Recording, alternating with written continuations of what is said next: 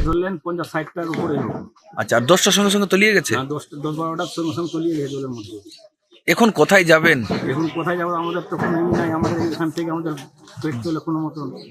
আচ্ছা, কিভাবে হলো এই ভাঙন, কি মনে করছেন, কেন হচ্ছে এই ভাঙনটা? কেন হচ্ছে কি, জায়গা জায়গা থেকে থেকে কাটছে, হঠাৎ কেটে গেল, কোনো দৃশ্য পাওয়া যাচ্ছে না। ভাঙন রোধের কাজ হয়েছে? ভাঙনের কাজ হয়নি, বাদ হওয়ার পর থেকে আর কোনো কাজ হয়নি। তো মানে দেখছি কি আমাদের এখানে আর থাকার সম্ভাবনা নেই, সব কেটে যাবে। সরকার যদি আমাদের কিছু সাহায্য যদি করে। কাজ নিয়ে কি বলবেন আপনি?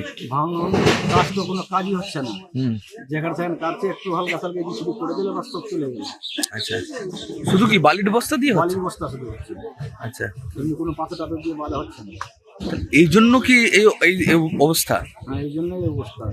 আচ্ছা, কি চাইছেন আপনারা ভাঙন রোধের জন্য? আমরা চাইছি সরকার যেন ভালো করে তদন্ত করে কাজটা করে করা যাক। আচ্ছা, পাথর দিয়ে কাজ না হলে আমরা এখানে থাকতে পারবো না। ভেতরে ঢুকেছে? মনে তো হচ্ছে কি যে বন্যার সময় যে জলটা গিয়েছে, জিনিসটা মনে হয় যে ইয়ে হয়ে গেছে, মানে গর্ত হয়ে খুঁজে গেছে। আর এটা তো অচানক ব্যবস্থা, মানে সবাই জানি যে এটা হবে। আচ্ছা, কখন জানতে পারলেন এইভাবে? আমি প্রায় মোটামুটি এটা 2টা নগর আচ্ছা, জানতে পেরেছি। আপনি কি ছিলেন দোকানে? না না, আমি বাড়িতে ছিলাম, ফোন করলে এখান থেকে কাটাতে চালু হচ্ছে। কোনো কি মানুষজন ছিল দোকানে? না না, দোকানে কোনো রকম মানুষ যদি কেউ থাকলে কি হতো? থাকলে অনেক ক্ষতি হতো, তার জান যেত। 150 মিটার পুরো তলিয়ে গেল। পুরো তুলে দিত। আচ্ছা, এখন কি অবস্থায় আছেন, কি অবস্থায় দেখছেন এখন? পুলিশ প্রশাসন আছে? প্রশাসন এসেছিল, প্রশাসন এসে কি হয়তো রাতের অবস্থা, তো প্রশাসন আমাদেরকে টানার একটা সুযোগ দেয়। কেন কি? আচ্ছা, প্রশাসন তো আপনার পাবলিককে বাঁচাবে জন্য ইয়ে করেছে, না, ওরা যতদূর সহযোগিতা করেছে ভালোই করেছে, মানে পাবলিককে অ্যাকচুয়ালি কেউ মানে কি মনে করছেন এই যে ভাঙন হচ্ছে, তো কি এখন কোথায় যাবেন? আমাদের তো নিরুপায়, কোনো জায়গা নেই।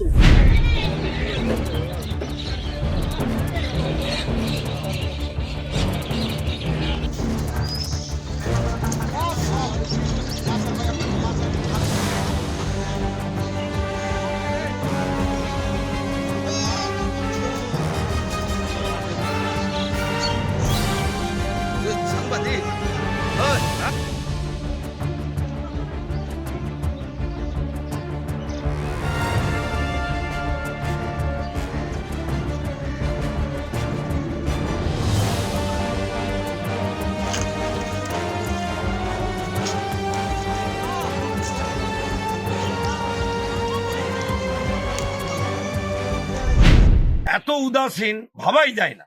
দুটো জেলাতে গঙ্গা ফ্লোহর মিশে গেলে, ওই যে চর উঠেছে, চর ওটা মানে এইদিকে কাটছে, কাটতে কাটতে মানিকচক বিপন্ন হবে।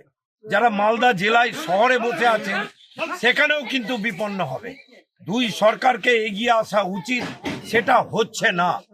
ফলে আমরা এই যে ভাঙন পীড়িত মানুষের পাশে আছি, তাদের যাদের বাড়ি নাই আবাস যোজনায় তালিকায় ভরতে হবে।